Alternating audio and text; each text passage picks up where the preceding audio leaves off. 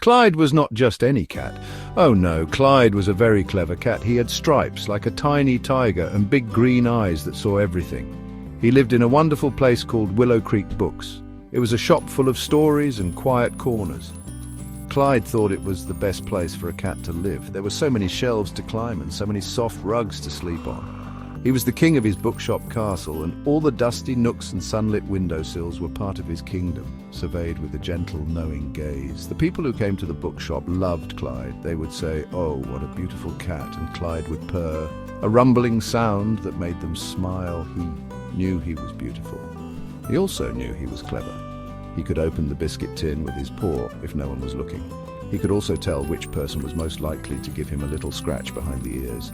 He watched them carefully, his tail twitching, deciding who was worthy of his attention and who was merely a temporary obstacle in his path to a comfortable spot. Clyde wasn't a noisy cat. He liked the quiet of the bookshop. He would sit on a pile of new books, warm from the sun, and just watch. He watched the people. He watched the dust motes dancing in the light. He watched the spiders spinning webs in the high corners. Sometimes he pretended he was a great detective in one of the storybooks, solving a very important mystery. His whiskers would twitch and his ears would prick up, listening to the secret whispers of the old building, each creak a clue. His life was mostly very good. He had food. He had warmth. He had many, many places to nap, which was very important for a cat. But Clyde had a secret, a big, delicious secret. It wasn't in any of the books, though he sometimes wished it was. This secret made his whiskers tingle and his tummy rumble with a special kind of anticipation. It was a longing that went beyond simple hunger, a yearning that filled his feline dreams with delightful, pungent aromas and visions of creamy, crumbly textures. Clyde's biggest secret, the one that made his green eyes gleam, was his enormous love for cheese. Not just any cheese, though he wasn't terribly fussy if it came down to it. He loved cheddar. He loved brie. He loved Stilton, though that was a bit smelly even for Clyde. But his very favourite, the cheese that made his heart do a little flip-flop, was Gouda. Oh, Gouda! Smooth, creamy, slightly sweet Gouda. He dreamed about it. He thought about it when he was supposed to be napping. It was a magnificent obsession. He didn't know where this love came from. Perhaps it was in his cat blood. Perhaps one day a kind customer had dropped a tiny piece and it had changed his life forever. All he knew was that cheese was the best thing in the whole wide world. Better than catnip. Better than a warm lap. Almost better than a long, undisturbed sleep in a sunbeam, which was saying a lot for a cat like Clyde. He would sometimes sit and stare at the wall, imagining mountains of cheese, rivers of cheese, a whole world made of cheese. When Mrs. Higgins, the bookshop owner, had her lunch, she sometimes had a cheese sandwich. Clyde knew. He could smell it from the other side of the shop. He would appear, as if by magic, rubbing against her legs, purring his loudest purr. Sometimes a tiny crumb would fall. Clyde would pounce. It was a tiny taste of heaven, a fleeting moment of cheesy bliss. But it was never enough, never. He needed more, he deserved more. He was, after all, a very clever cat, and clever cats deserve the best things in life. This love for cheese was more than just a passing fancy. It was a driving force. It sharpened his senses and fueled his already considerable intellect. He would watch with intense focus any human consuming cheese, studying their methods, noting where they stored it, how they unwrapped it. His mind, usually occupied with the important business of napping and being admired, was now increasingly filled with strategies and plans, all centered around acquiring more of that delectable, wonderful substance. He felt a calling, a cheesy destiny. Clyde was a master of getting what he wanted. If he wanted a bit of extra breakfast, he knew just how to do it. He would find the kindest-looking person in the shop. He would weave between their ankles, making little chirping sounds. He would look up with his big, innocent green eyes. "Meow," he would say, as if he hadn't eaten in a week. It nearly always worked. A little piece of biscuit, a tiny drop of milk. Clyde was very good at looking hungry, even when he wasn't really. He considered it a performance art. Napping was another area where Clyde excelled. He didn't just nap anywhere. He chose his spots with great care. Sometimes it was on top of the warm radiator, feeling the heat soak into his fur. Sometimes it was in an empty cardboard box, pretending he was on a secret mission. His favorite spot, however, was on the big, comfy armchair in the corner, usually right when a customer was about to sit down. He would curl up, look incredibly peaceful, and no one ever had the heart to move him.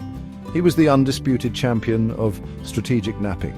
He also knew how to avoid things he didn't like. He didn't like the vacuum cleaner. It was a noisy monster. When he heard it start, he would disappear. Under the biggest bookshelf, behind the tallest stack of encyclopedias, he was a furry shadow, gone in a flash. He also wasn't keen on very small children who pulled tails. He had a sixth sense for them. He would observe them from a high shelf, just out of reach, looking down with an air of dignified disapproval until they moved on to less discerning targets. His days were a comfortable routine of these small, clever triumphs.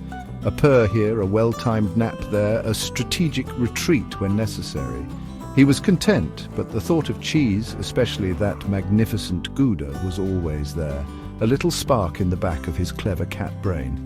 He knew his current tricks were good for small snacks and comfortable living, but for a grand prize like a wheel of Gouda, he would need something far more ingenious, a plan of unparalleled feline cunning that would test all his skills.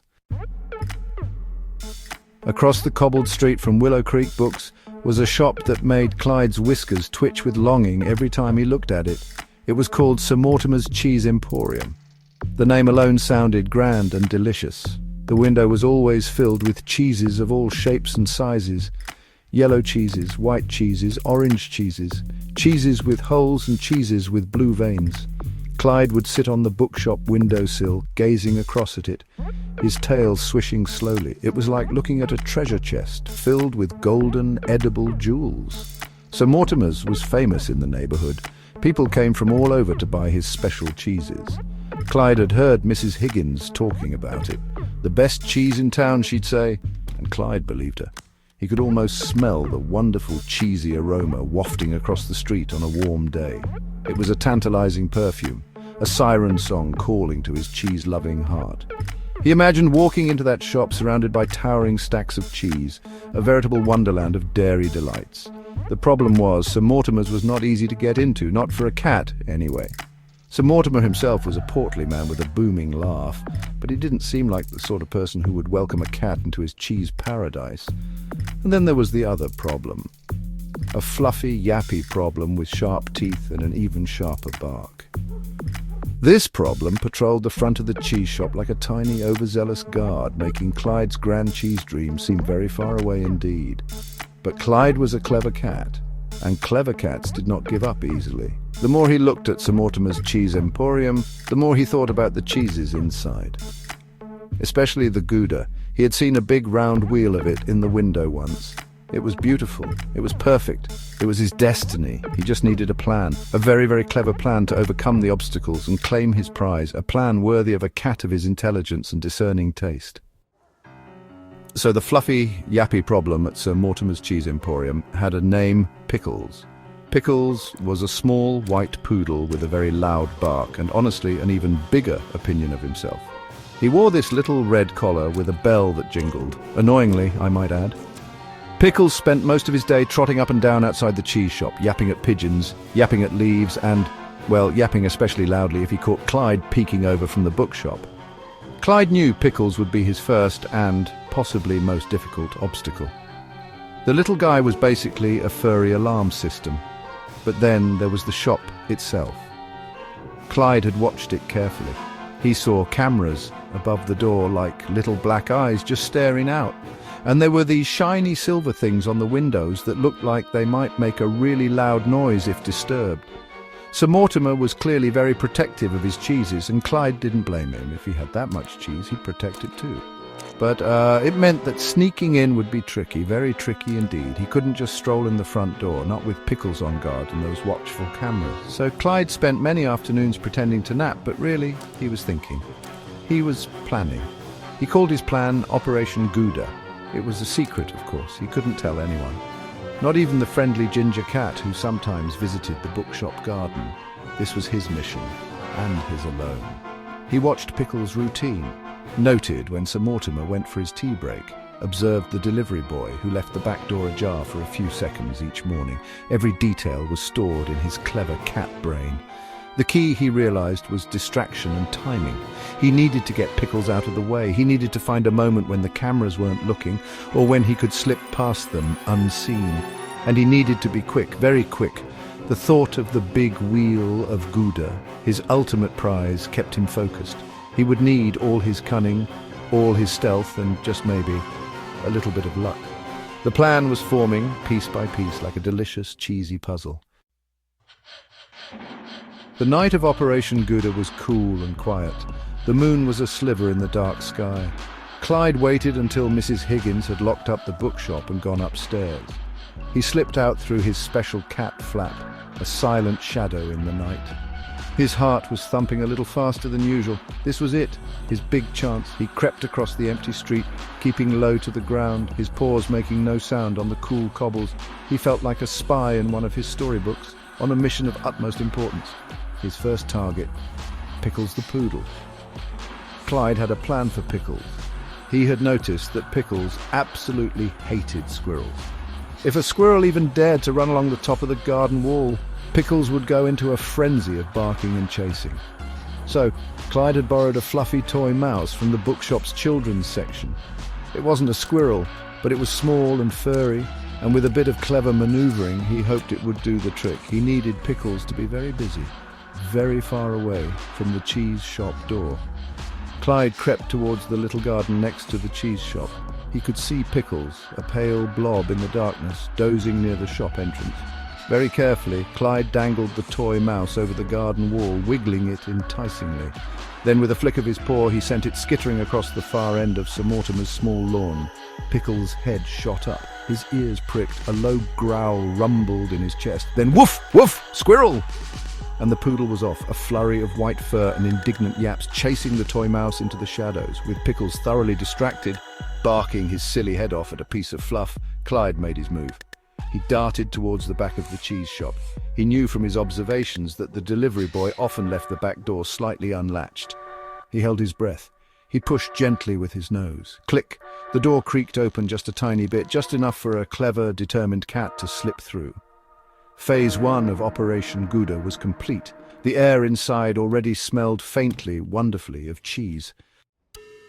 Inside Sir Mortimer's cheese emporium, it was even more amazing than Clyde had dreamed. The air was thick with the rich, glorious smell of cheese. Shelves towered high above him, laden with all sorts of cheesy treasures. It was a cheese paradise, but Clyde knew he couldn't stop to admire it for too long. He was on a mission. He had to find the Gouda, and he had to be quick and quiet. The shop was dark, with only the faint glow from the streetlights outside filtering through the windows. He remembered the cameras. He had seen them during the day. He moved like a wisp of smoke, staying in the shadows, close to the floor. He crept under tables piled high with cheese boxes. He squeezed behind barrels of what smelled like very strong, crumbly cheese. His whiskers twitched, helping him feel his way in the near darkness. He listened carefully for any sound, any click or whir that might mean an alarm was about to go off. His paws were silent on the cool, tiled floor, each step placed with deliberate care. Then he saw it. On a special display table, under a soft spotlight that had been left on, was the most beautiful thing Clyde had ever seen. A huge golden wheel of Gouda cheese. It was magnificent, it was perfect. It was even bigger than he remembered from the window. His mouth began to water. He had to have it, but getting to it was tricky. The table was in the middle of an open space, directly under one of those watching camera eyes. He paused, his clever brain working furiously. Clyde noticed a long trailing tablecloth on a nearby display. It almost reached the floor. An idea sparked. He could use it for cover. He carefully crept towards it, then with a silent leap, he scrambled up the cloth, hidden from the camera's view. He was now on a shelf filled with smaller cheeses. From there he could see a path to the Gouda. It involved a daring leap across a small gap onto the table. He took a deep breath. This was the moment of truth. He gathered his legs beneath him, judged the distance, and sprang. Clyde landed perfectly silently, right next to the glorious wheel of Gouda. It was heavy, much heavier than he expected, but Clyde was a strong cat, especially when motivated by cheese. He nudged it with his head. It rolled a little. He nudged it again. Slowly, carefully, he began to push the enormous wheel of Gouda towards the edge of the table. He had to be careful not to make too much noise or send it crashing to the floor. His muscles strained, but the thought of the cheesy feast spurred him on. With a final mighty push, the Gouda wheel tipped over the edge of the table. Thump! It landed softly on a pile of empty cheesecloths Sir Mortimer had left on the floor. Perfect. Clyde jumped down beside it. Now how to get it out? He couldn't carry it, he couldn't really drag it, but he could roll it. He got behind the wheel and started pushing with his head and shoulders. Slowly, the big cheese began to move across the shop floor, back towards the slightly open door he had entered through.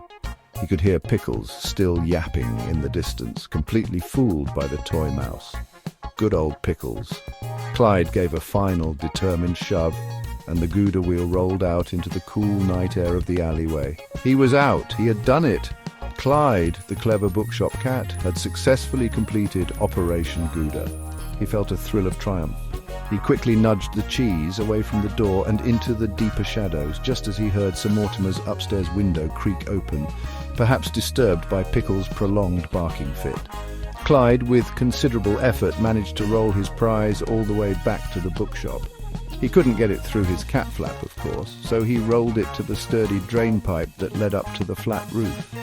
Then, bit by bit, using his claws and his strong legs, he somehow managed to nudge and heave the Gouda up onto the roof. It was hard work. Once it was safely there, he sent out a series of special meows, inviting all the neighborhood animals. Soon the roof was full of cats, a friendly squirrel and even a brave fox, all sharing the magnificent Gouda under the stars. It was the best party ever.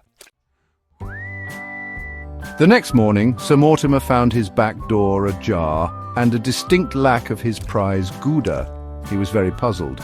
Pickles was exhausted and hoarse from barking at a toy mouse all night and could offer no explanation.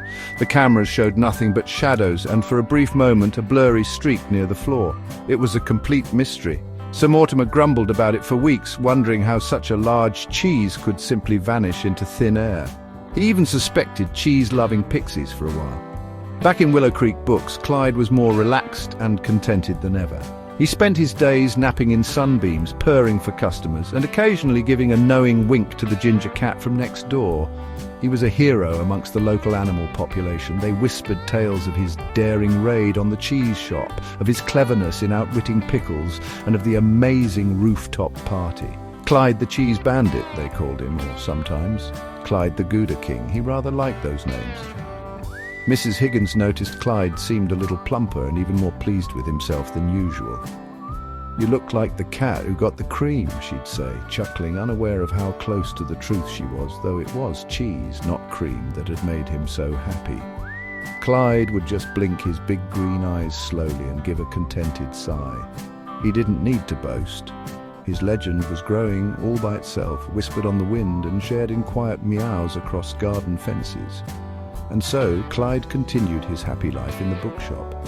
He was still a clever cat, still loved his naps, and still enjoyed the attention of the customers. But now he had a wonderful secret memory, a tale of adventure and triumph, and the lingering, delicious taste of the best Gouda cheese he had ever eaten.